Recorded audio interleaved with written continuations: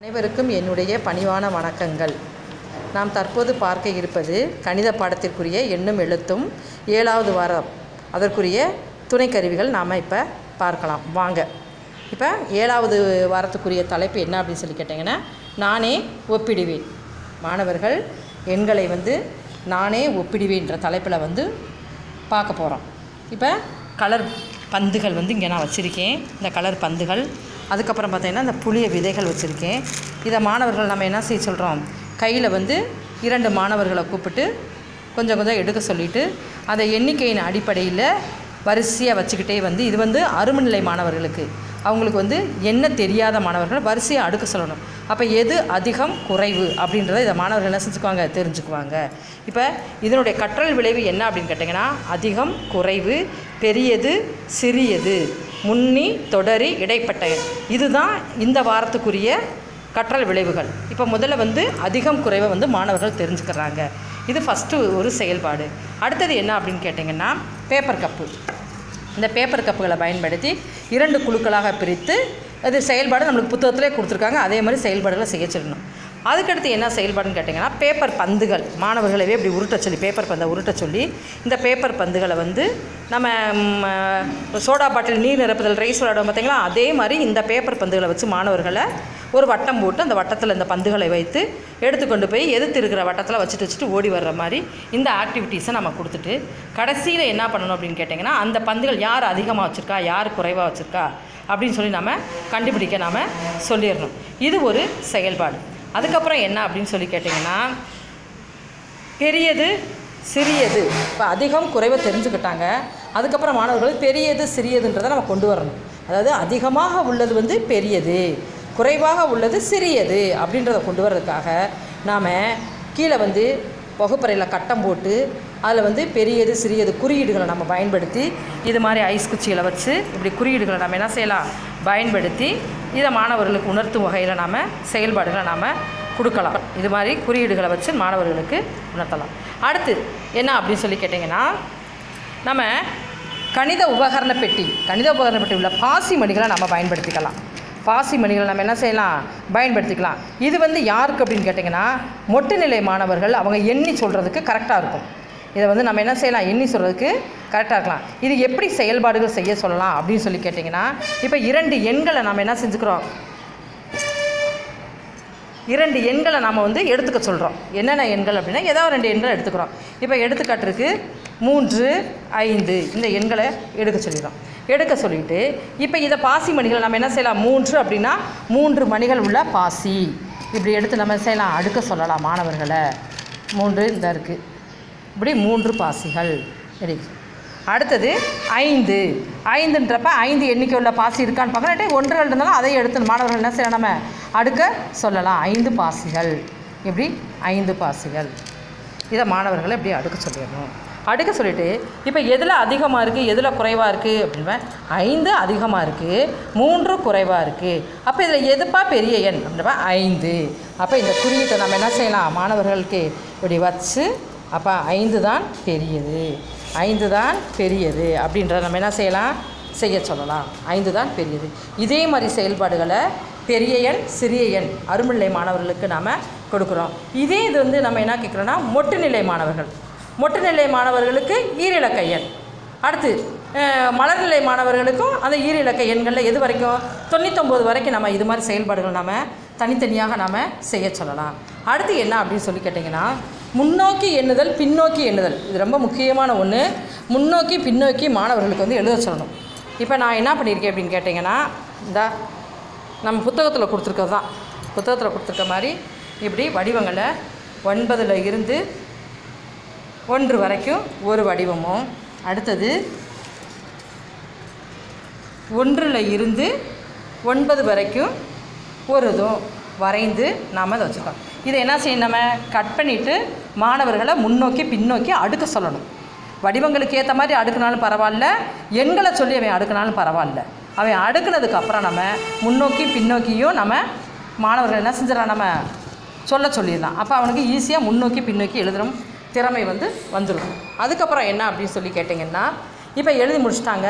இப்போ மாணவர்களை குழு செயல்பாடில் எல்லா மாணவர்களையும் குழுவாக நிற்க வச்சுட்டு ஒரு கார், ஒரு அட்டையில் வந்து நான் என்ன செஞ்சுருக்கேன், ஒரு கார் வந்து வரைஞ்சிருக்கேன்.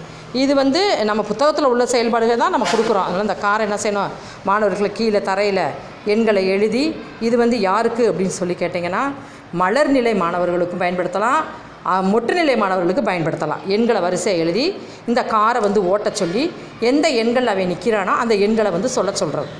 இதுக்கு வந்து இந்த கார் வந்து நம்ம என்ன செஞ்சுக்கலாம், பயன்படுத்திக்கலாம். இந்த கார் நான் செஞ்சுருக்கேன், இந்த காரை நம்ம பயன்படுத்திக்கலாம். அடுத்தது என்ன அப்படின்னு சொல்லி கேட்டிங்கன்னா, இப்போ எல்லாமே அவை வந்து அதிகம் குறைவு அப்படின்றத அவையும் தெரிஞ்சுக்கிட்டேன். இதே இது நம்ம என்ன செய்யலாம், எண்களை வைத்து நம்ம சொல்லிக் கொடுக்கலாம். ஏற்கனவே எண்கள் அட்டைகளை நம்ம வச்சுருக்கோம். அந்த எண்கள் அட்டைகளை வச்சு நம்ம என்ன செய்யலாம், மாணவர்களுக்கு ஈஸியாக செய்யலாம். அடுத்து என்ன அப்படின்னா பதக்கம். இந்த பதக்கம் என்ன அப்படின்னு சொல்லி கேட்டிங்கன்னா, இப்போ அரும்பு நிலை உள்ள மாணவர்களுக்கு ஓர் இலக்க எண்கள் 7, 8, அதுக்கப்புறம் 9, இது மாதிரி நிறைய நம்ம என்ன செஞ்சுக்கணும், தயார் பண்ணிக்கணும். இப்போ இதில் தான் நம்ம என்ன செய்ய போகிறோம், முன்னி தொடரி இடைப்பட்ட எண் நம்ம சொல்லிக் கொடுக்க போகிறோம். முன்னி தொடரி இடைப்பட்ட எண் சொன்னேன். 3 மாணவர்களை வரிசையை நிற்க வச்சு இதை கழுத்தில் அணிவிச்சு இதில் எது முன்னாடி இருக்குது, எது 8க்கு பின்னாடி இருக்குது எப்படின்ற நம்ம சொல்லும்போது, அப்போ 8 எது இடையில இருக்குது, 8. அப்போ 8 இடைப்பட்ட எண், 8ற்கு முன்னால் உள்ளது முன்னி, 8ற்கு பின்னாடி உள்ளது தொடரி, இப்படின்றத மாணவர்களுக்கு. இது வந்து அரும்புநிலை மாணவர்களுக்கு. அடுத்து வந்து மொட்டுநிலை மாணவர்களுக்கு வந்து ஈரிலக்க எண்களை நாம் சொல்லிக் கொடுக்குறோம். மொட்டுநிலை மாணவர்களுக்கு 27, 27, 28, 29 இப்படி நான் போட்டிருக்கேன். இந்த மாதிரி நான் நிறைய வந்து இது மாதிரி போட்டிருக்கேன். இதே மாதிரி மலர்நிலை மாணவர்களுக்கு 90, 91, 92 இப்படி இது மாதிரி நம்ம என்ன செய்யலாம், பதக்க அட்டைகளை முன்னி தொடரி இடைப்பட்ட எண் இதுக்கெல்லாம் நம்ம என்ன செஞ்சுக்கலாம், பயன்படுத்திக்கலாம். இது வந்து நம்ம பழைய நோட்டு தாங்க, நம்ம புத்தகம், பழைய புத்தகங்கள் மாணவர்கள் படித்து முடிச்சுட்டு போட்டிருப்பாங்க பார்த்தீங்களா, அந்த அட்டை தான், வேறு ஒன்றுமே கிடையாது. இதுக்கு நம்ம செலவெல்லாம் கிடையாது, அந்த அட்டை தான்.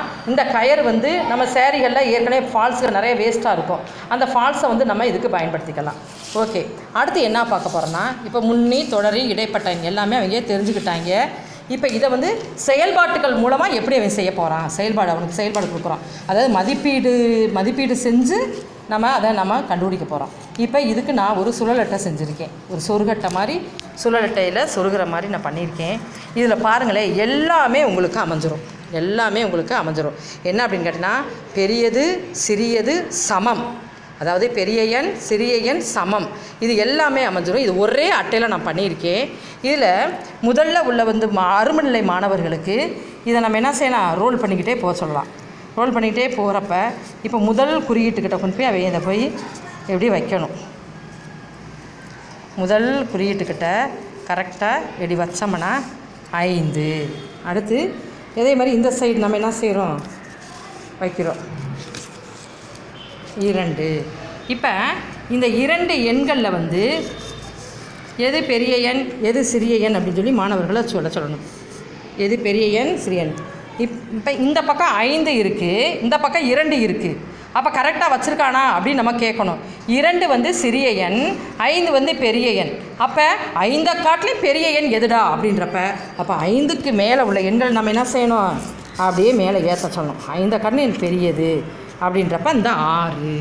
அப்போ 5ஐ விட பெரிய எண் என்னது, 6. இப்படி செயல்பாடுகள் நம்ம என்ன செய்யலாம். இதே மாதிரி அடுத்து சிறியதுக்கு, அடுத்து சமத்துக்கு 2 நம்பரை ஒரே மாதிரி வச்சு சமம் அப்படின்றத நம்ம என்ன செய்யலாம், சொல்லிக் கொடுக்கலாம். இது எப்படி நான் தயார் பண்ணிக்கிறேன்னு கேட்டிங்கன்னா, அரும்புநிலை மாணவருக்கு ஓர் இலக்க எண், அடுத்து பார்த்தீங்கன்னா மொட்டுநிலை மாணவர்களுக்கு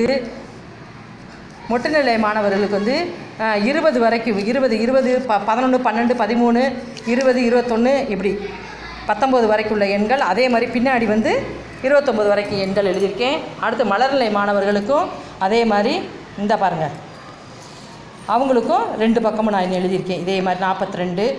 அப்புறம் 2 எண்கள் ஒரே மாதிரி, இந்த இதில் வந்து மாணவர்கள் தப்பு செய்வாங்க. 11, 22, 33, 44 இதுவும் நான் எழுதியிருக்கேன். இந்த இதுலேயும் பெரியது சிறியது நம்ம சொல்லிக் கொடுக்கலாம்.